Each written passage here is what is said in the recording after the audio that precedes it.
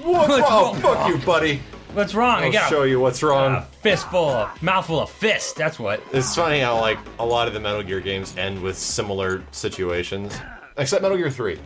Metal Gear 3 does not end with a fist fight. It ends with like a kind of a shootout on a plane taking off. With a pretty cool shootout. I remember Very that, like, dramatic. What do you say to one last showdown? That kind of is the ending. Yeah. But the actual that's like a that's after the what boss. I call bonus last ending, like satisfying last ending. So you're talking about the boss. The fight. actual boss fight, yeah. That was nicely done. It was. You know what? Thinking in retrospect, I thought the Scar thing was retarded. Just saying. Yeah. Like, okay, you saw that at least. Well, like, okay, I understand, like, they retcon all this shit with nanomachines, but that game took place in, like, the fucking 60s, and a fucking Scar just moves off her body and moves on to Snake. It was a little weird. Okay, what? Yeah, and that's, like, even back in the day, that, like, like, Metal Gear envisioned this kind of element of, like, some sort of, like, mysticism, you know? Even in this game, and, like, magic, and they kind of just throw that out, nanomachines for everything. For everything, but you can't say nanomachines on that one. Yeah, you can't. It's like, dude, fucking technology from the 60s. Computers were the sizes of rooms. And it's a Scar that goes from one person to another. Yeah, it's mystical. Like, that's what I kind of liked about Metal Gear, is that it wasn't super hardcore realistic. There was an element of, like, fantasy about things. And they kind of just down Liquid. And there even was in Metal Gear 4, but they kind of just dropped it out, and everyone's explanation for how they got this mysticism was nanomachines. It affects gravity, okay? It affects this, affects that. Like, fucking really? God damn it. Like, all the cool stuff that I really liked about Metal Gear is just easily explained by nanomachines. That's where that meme came from. Yeah. So, I don't know. I don't hate it for that reason. It's just, it kind of, like, bummed me out about the older games when I replay them now. Well, that's why I like this one, because it doesn't have any of that weird bullshit. I mean, it's got the mystical stuff, yeah. But it's not overdone or overplayed. Not really. And you know, there's not... Oh my god, man fight. Yeah. Look how, like, fucking pointless that gimpy-ass... Two dudes running around with a stick shoved squarely up their asshole, and then we just cut to this. Like, you could have just had this cutscene and just dropped that gimpy ass fight. Yeah, you didn't really need the fight. That technically is the last boss of the game. Yeah, which is pretty funny because it's stupid easy too. Even on the original, it was stupid easy. Well, it's like, how hard can you make it? Snake does one thing: punch, yeah, punch, Snake kick, only has punch, one kick, action. punch, kick. Wait a minute. In the original PSX version, did Snake punch, roundhouse kick? Yes. He did, didn't he? Yeah, it was punch, kick. That's it. That's all he has. The thing that changed with this one is the fact that you can choke a guy and mash A and he goes... No, I think you could do that in the PSX one. Yeah, you could do that. I mean, that's what I mean. In the PSX one, you eventually break his neck. Sure you can, dickface! See you in hell, Liquid. Yeah. That takes care of the cremation. He's pretty dead. Part. Yeah, we did already do that part, didn't we? So that's why Snake walks around like an ape, so he can project his manitude because he's got no junk. His manitude? He does have junk. It'd be very weird if, the fact that Kojima there was an entire thread about this, I think, on NeoGAF back in the day about him not having junk.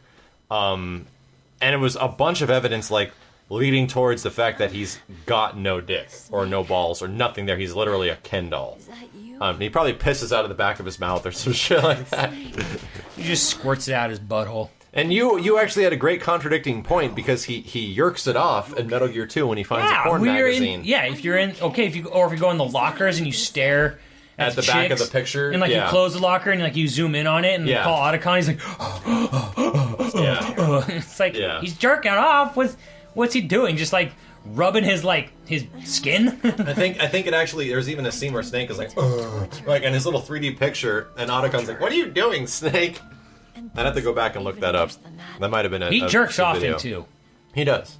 I was fighting. Maybe he's just rubbing his. Maybe he's just rubbing his Ken doll. He's just rubbing his skin snatch.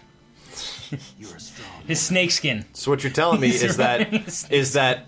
So, this probably, considering the stuff we've talked about before, this probably isn't out of the realm of possibility that Snake and Liquid were genetically created to not breed with anything else and instinctively have a vagina but no uterus. Don't say that.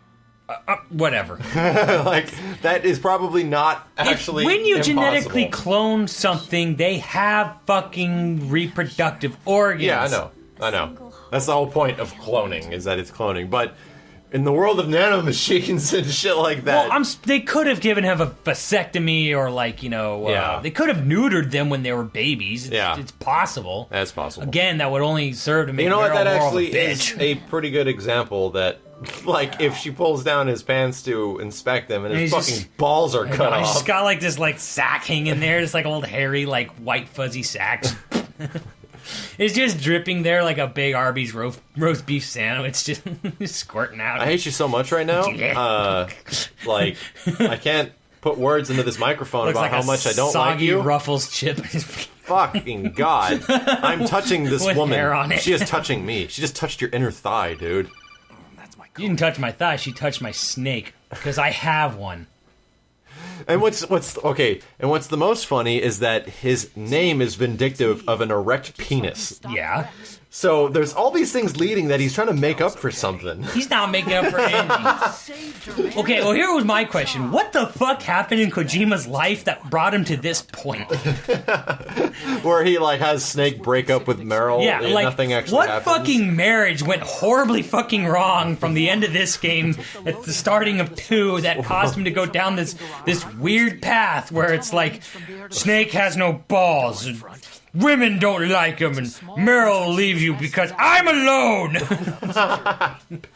I could see it. I could see that happening, and then I remember this conversation. It's almost like this weird sort of like George Lucas-esque like thing that happens where you remember the commentary on episode 2 where George Lucas eventually they do give in to temptation and they have to suffer the consequences. The consequences of what, George? like what? Being in love? You make love sound like, oh, they fell in love. What a terrible, evil fucking thing that happened to them. Yeah. It's like, Jesus, man, I know you had a rough divorce. But fucking A, bro.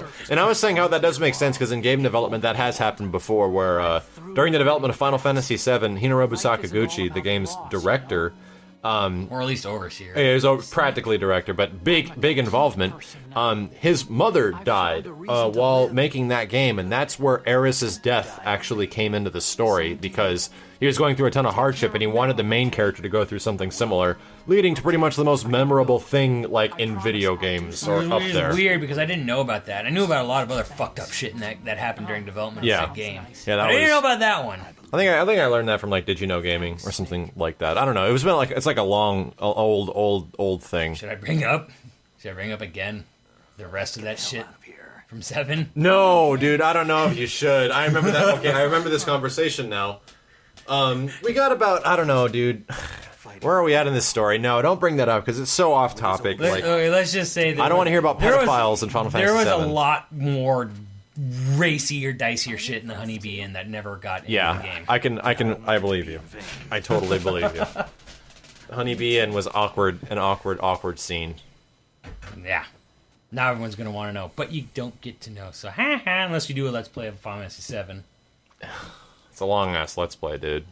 If we do, then we play it on the PC with modded character art. So you can bring Aerith back. No, fuck that. Just to, like, make the characters look decent. They look fucking bad. Hey, here's a great question. Do you think if Square Enix continues down this path, they'll finally hit the panic button and do the 7 remake? I've been saying this Out for the of past fucking year. options. Ever since Final Fantasy XIV, the original, bombed, I was like, eventually, all these games are going to keep failing. They're going to have nothing left but to do a Final Fantasy VII remake that anybody will actually give a shit about. And we're getting closer to that happening, so hallelujah. An FF7 remake on PlayStation 4? Fantastic. 4. It's going to be fantastic. I mean, we almost got it on PS3. We got that sweet-ass tech demo. Everybody wanted it. They made a sweet-ass tech demo for Final Fantasy 8 on PS2, and they never made the game for PS2. Yeah, but fuck that. Well, I agree. Fuck that. Yeah, but fuck that. We want a Final Fantasy VII remake. I'm gonna escape with this hot bitch. Oh, dude, remember that little factoid? What? We were saying how it's like odd that Snake is like this mid-30s, almost 40s guy in this game. And at least, well, chronically speaking, This who knows game how is like actually old he is. 2005. Yeah, this game takes place in 05. So we looked up Meryl's age and when she was born, and she was born like exactly 18 years. 1987. Like 1987. but what was even more crazy was the date, and according to when this happens in the game, it was like she was like just fucking 18. And Snake is like, I'm gonna hit that shit. It's like, Snake's like, you got a great butt. And all this stuff. She's like just turned 18. So it's like the fact this old guy is seeing this woman, we're like, I think Meryl's like, I don't know, she's like 20, 25. Snake's like, what, 35? Mid-30s, going out with an 18-year-old is pretty fucked. Like, and that's why I was giving like a little bit of excuse why Meryl didn't chill with Snake for the longest of time after this game. He's pretty fucking hot. It's... Sure, it's funny because I totally didn't believe it on our second playthrough. Yeah. And then, like, Mike looked it up. He's like 1987. And I was like, whoa, she's fucking hello. just 18. I'm like, she doesn't look or sound like someone who's just 18. Yeah, but she totally is. It's a little. She doesn't look like any barely legal like cover girl I've seen. All right, we're back now, Mike. We're back. So we're actually back to the point where we don't have footage lost. So we are playing this probably with, yeah, we have subtitles back, so don't worry. All the crazy crap that happens at the end of this, we have subtitles back. Please don't ever bring back Southern Jerry. I'd appreciate it. We gotta bring him back. No. Yes. No. Yeah. No. We don't need to hear Southern Jerry's tale of why he thinks marriage at 16 is a good thing. Well, you say, Max, you're forgetting a very important rule here, okay? If there's grass on the field, fair game. Oh my fucking god, dude. Like, the fact that you actually know these quotes means that you are actually Southern Jerry at heart. No, we're not at heart. Fuck that. No, fuck that. Say, Max, I'm a gentleman, so I say if there's grass on the field, fair game. I'm not like them other, like, you know, slanty-eyed pedophiles where I say if she's old enough to pee, she's good enough for me. Oh, Jesus Christ. I've never even heard these sayings before. Yes, you have, because that came from our friend Jay. Oh, I've never, no. Yes. I probably heard you were there when he said it, too. I probably heard this conversation and forgot it specifically. I'm like, fuck that. I was like, wow, that was like the most fucked up thing I've ever heard. Yeah, pretty much. It doesn't get more offensive than that. Oh my god, Snake. Don't die. There's not much challenge at the end of this game. That guy would turn into a fountain of blood. Yeah, like when like you hit them, like fountains of blood. And then he started running away. Blood ocean. This part does have the best music throughout the entire game. Somehow they snuck in the Metal Gear theme here. I do kind of like Psycho Mantis stuff they do. Yeah, that's not bad. That wasn't bad. Probably because it's Eternal Darkness and they just came off that game. Eternal Darkness was a great game. Although I never played it, I just watched. It was a great game, I never played it. I just watched the whole thing and a friend play it, but it was very fun to watch. It's a good game. It's too bad there'll never be another. Yeah, it's bad the company that made this game and that game doesn't exist anymore at all. Oh yeah, they totally died when they left. You know, there's a lot of companies that kind of died when they stopped making like games for Nintendo. Yeah, like guys who made Factor 5, the guys who made the fantastic Star Wars games. Yeah. Actually, the third one wasn't that great, but it wasn't that bad. It was good. It was still good. It like, was, okay, some it was of 7 or 8. Some of the... No, it was a little better than that. That game's amazing. The third one? Yes. Rebel Strike? Yes. The third one's great. I'd have to go back and play it. I mean, it has the entire second game available as co-op. That's pretty cool. Yeah. So it's like, you get the whole second game and the third game. Oh, you know what I've been seeing that we have to play, and it's probably perfect because it's designed for co-op. We'll get your Xbox over again and we'll system link it. Because you haven't played it either, we need to play the Ghostbusters game. Oh yeah. That game is really fucking good. And with co-op, I can only imagine it's even better. And I played it single player and I loved it. So, yeah, it's got a couple of bugs, you know, it's not like the most polished game ever, but it's way more polished than fucking Aliens was. And it's actually good. It's actually fun. And they do a really good job at, like, respecting Ghostbusters. Yeah. They do a really good job. Like a shimma shama shinga jenga. And I think that's it. I don't think you need to hold the controller anymore, right? No, I don't. From this point forward, the controller goes to the floor. It just shakes, so I'm just gonna put it on my penis. That's fucking great. Fucking great, Southern Jerry. Now, don't knock it till you try it, God. Max. Because having a vibrating controller on your junk is about the 5th best thing in life. You know what I've had Snake do? You want to know what the When he- fourth, third, and second parts did? Oh my god, Snake Headbutt. Why doesn't he have that move in Smash Brothers Brawl? Maybe that'll be his new Final Smash. Yeah, dude. If Smash just like, oh. Like, So- headbutt. Wait a minute. I just realized that the chance, because Namco's making the next Smash Brothers, the chance of Snake being in the next Smash Brothers is almost nil now, right? No. You think he'll actually be in it? Dude, I mean, Sonic was in it, and he has nothing to do with Nintendo or Konami. He was just put in because people wanted it. It's like, it's Nintendo's fucking game.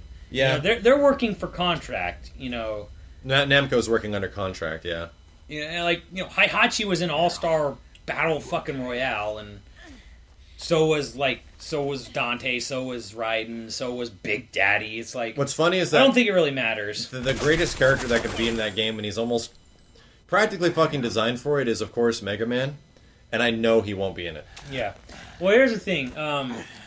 There will either be one of two things. There will be no guest characters, or they'll continue the guest characters. Yeah. Like, fuck, his legs are charred. I think the worst case scenario is like there's only Namco guest characters. Which, it was not terrible, but not the best. But the thing is like, I would hope Sakurai knows that like everyone's gonna fucking be bugged by the fact that there's no Snake or something. Oh no, he is wearing pants. They're just super charred. Yeah. Yeah, I do agree. I'm really looking forward to the next Smash Brothers, actually. Die.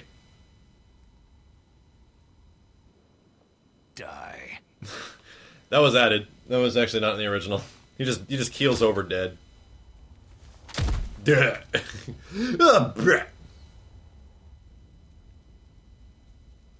You need to get that tattoo, Max. Just to have it. You son of a bitch! All my remaining energy to grab you by your man chest! Oh my god, he's actually gonna get up. Oh my god. Damn you, Snake! You stole everything from me, including my junk!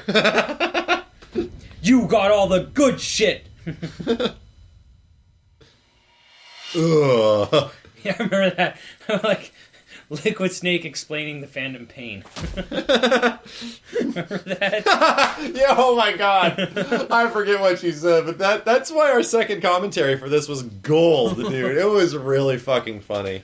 Yeah, Solid Snake describes the events of Liquid Snake describes the events of the Phantom Pain. Next time on Yo Video Games, we end this shit.